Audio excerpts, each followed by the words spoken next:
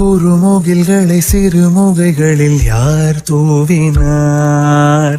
மழை கொண்டு கவிதை தீட்டினார். இளம் பிறையின இதழிடையினில் யார் சூட்டினார்? சிரித்திடும் சிலையை காட்டினார். எறும்புகள் சுமந்து போகுதே சர்க்கரை பாறை ஒன்றினை, இருதயம் சுமந்து போகுதே இனிக்கிற காதல் ஒன்றினை. என் சின்ன நெஞ்சின் மீது இன்ப வாரமேற்றி வைத்ததார். குயில்கள் தானும் வெண்ணிலா வானோடு தீட்டி வைத்ததா.